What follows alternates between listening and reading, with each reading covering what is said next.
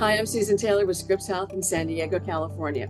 Lupus is a long-term autoimmune disease that affects many parts of the body. And while there is no cure, there are ways to manage it. Joining us to talk about diagnosing and treating lupus is Dr. Usman Ajaz, a rheumatologist with the Scripps Coastal Medical Group. Doctor, thanks so much for being with us. Thank you for having me here. So go into a little bit more detail about what lupus actually is. So as you mentioned, lupus is an autoimmune disease. Autoimmune meaning your own immune system starts to attack your tissues and organs. Lupus can affect various body systems, including your brain, your lungs, your heart, your kidneys, your joint, your skin, and even blood cells. And there are different types of lupus? Yeah, there are four types of lupus. Number one being SLE. That's the lupus that's the most common and affect multiple organs. Number two being skin lupus that can affect your skin. And then three is drug-induced lupus. There are certain medications that can cause lupus, and those symptoms associated with drug-induced lupus are usually fever, joint pain, and rash. Number four being, which is a distinct entity from lupus, it actually happens in newborn babies. So what causes lupus? So lupus, just like any other autoimmune disease, it doesn't have an exact cause, but there are multiple factors that can contribute towards lupus. Number one, genetics. Number two, hormonal. And three, environmental.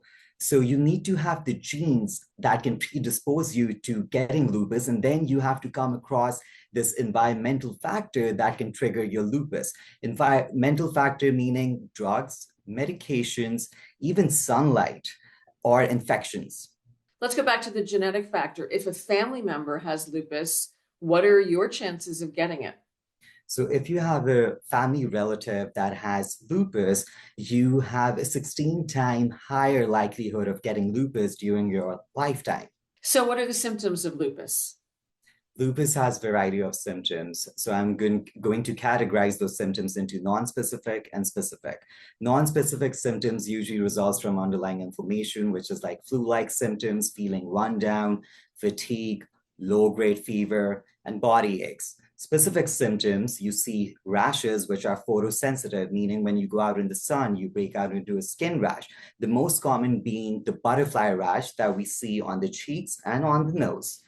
Then you can get sores or ulcers in the nose or in the mouth. They can be painful. Then you can also get, if there's inflammation in your brain, that can result in brain fog, memory loss, and even behavior changes. If there's inflammation around the lungs or the heart, you can get chest pain or shortness of breath. If there's inflammation around the kidneys, you can get foamy urine, sometimes blood in your urine, and also you will see some swelling in your legs. And then if you get inflammation in your joint, so remember that in lupus, the joint pain is inflammatory. So inflammatory joint pain is going to be worse the first thing in the morning or in the middle of the night. Why? Because we're not moving our joints at all. So the fluid just goes and sits in our joints. It causes pain and stiffness. So with moving around, we're going to feel better. With us not doing anything for a long period of time, you're going to stiffen up and it's going to hurt.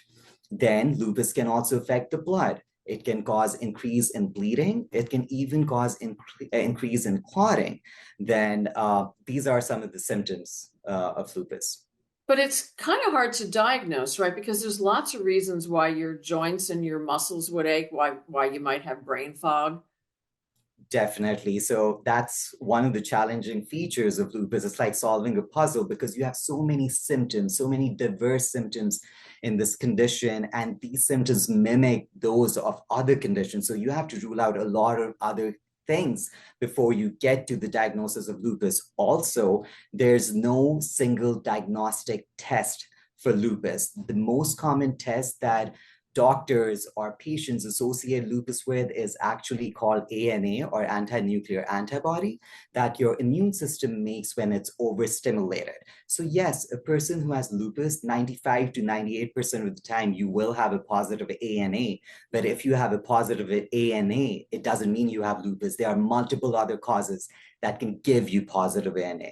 Then another reason why lupus is so difficult to diagnose is because lupus has a fluctuating disease course. Patients' symptoms come and go. There will be periods of time when the patients are feeling worse, they are having all those symptoms, and then there are times when the symptoms will mellow down or even disappear. That makes it very challenging for the patient and for the provider. So, in talking about the diagnosis, is how do you test for lupus? Is there a blood test? Is there some other kind of test?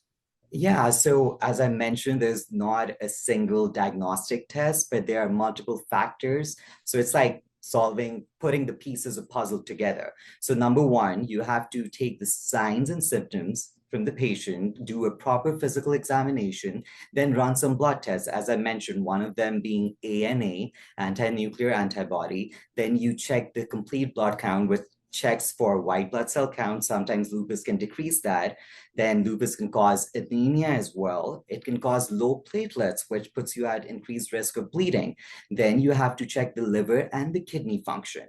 Also, you check urine tests to see if there's any protein in the urine or blood in the urine, because that could be some of the first early clues for you that lupus is affecting your kidneys. Also, sometimes when it's affecting the heart or the lungs, you get an echocardiogram, you get a chest x-ray, sometimes you get a chest CT as well, or MRI of the heart, depending what part of the heart muscle it's affecting. Then at last resort, so obviously, so when the kidneys are being involved and you see protein in the urine and you're concerned that there is kidney in your lupus, you end up getting a kidney biopsy, which is extremely important for the treatment and management for lupus in the kidneys. And then sometimes there are multiple causes of butterfly rash, as I mentioned before. So sometimes you may end up getting a skin biopsy. So, who is most at risk? So women of childbearing age, ranging from 15 to 45, then African Americans, Hispanic, and Asians, and then someone who has a family history of lupus. Lupus is a chronic disease, so how do you treat it? So we treat lupus with medications and making lifestyle changes. The most important medication in treating lupus is hydroxychloroquine. It's an anti-malarial medication. It stabilizes the condition. It prevents flare-ups of condition and prevent further organ damage. Then you use immunosuppressants that calm down your immune system so that it stops attacking your body. Then you can also use steroids in severe cases of lupus, especially when it's affecting your brain or your kidneys. And then coming towards lifestyle changes, which I really want to stress for all the patients out there. So I want the patients to know what their flare-ups are triggered by, because sometimes it's the sun. So make sure every time you go out in the sun, you're wearing your sunscreen with SPF 50 or higher. You're wearing sun protective clothing. Then stress, anxiety, depression, these things can trigger your lupus as well. So it's very important that you have a good support system. You're asking for help as well. Then changing your diet. I advise my patients to do anti-inflammatory diet, which is like Mediterranean diet, fruits and vegetables, but avoiding nightshades if you can. Then avoid smoking, do exercise, do meditation. When should you go see a doctor to deal with these symptoms? Whenever you start noticing that you're not feeling the same, you're not having the same energy you had, you're feeling fatigued, you're feeling tired, you have unexplained fevers, you have body aches for no reason, you're waking up stiff in the morning, you're having skin rashes when you go out in the sun, you're having chest pain, shortness of breath, and your symptoms come and go, you really definitely need to seek some help. If you don't get a handle on this, doctor, what can happen? That's a great question, because if your lupus is not well controlled, there's ongoing inflammation in your body, which can result in permanent organ damage. It can result in permanent brain damage, which you will experience with memory loss, increased risk of stroke. It can result in kidney failure. It can also increase the risk of cardiovascular disease. All of these things can really shorten your lifespan. So it's extremely important to get it under control as quickly as possible. Any final thoughts, doctor? Yes, I would tell all the lupus patients out there to educate yourself about lupus. Educate yourself about your lupus, what symptoms you're getting, what are the triggering factors, and ask for help promptly, because that's going to increase your quality of life and help better manage lupus. Doctor, thanks so much for being with us. We appreciate you taking the time. Thank you. If you want more information on how to diagnose and treat lupus, just click on the link or go to scripps.org/videos. Want more critical information about your health? Please subscribe to our Scripps Health YouTube channel and follow us on social media at Scripps Health. At Scripps, we're here for good. I'm Susan Taylor. Thanks for joining us.